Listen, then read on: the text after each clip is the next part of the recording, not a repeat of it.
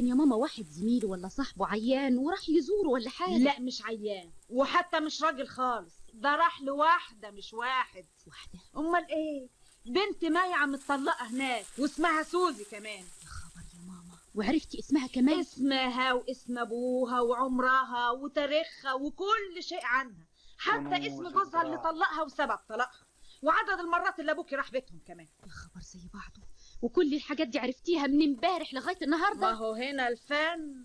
ايوه بس انا برضو يا ماما بقول نتأنى شوية احسن، يجوز تكون الحكاية على غير ما تتصوري. تكون ايه يا مديحة على غير ما تصور؟ ازاي بعد الحاجات دي كلها وتكون غير كده؟ كده ايه بس يا ماما؟ انه عاوز يتجوز طبعا، والبت اللي اسمها سوزي دي كمان. ومع هذا خليني معاكي ونقول انه مش رايح هناك عشان يتجوز، بيروح هناك كتير ليه؟ اللي بيزور واحد عيان بيزوره كم مرة؟ مش يا دوب مرة مثلا او مرتين او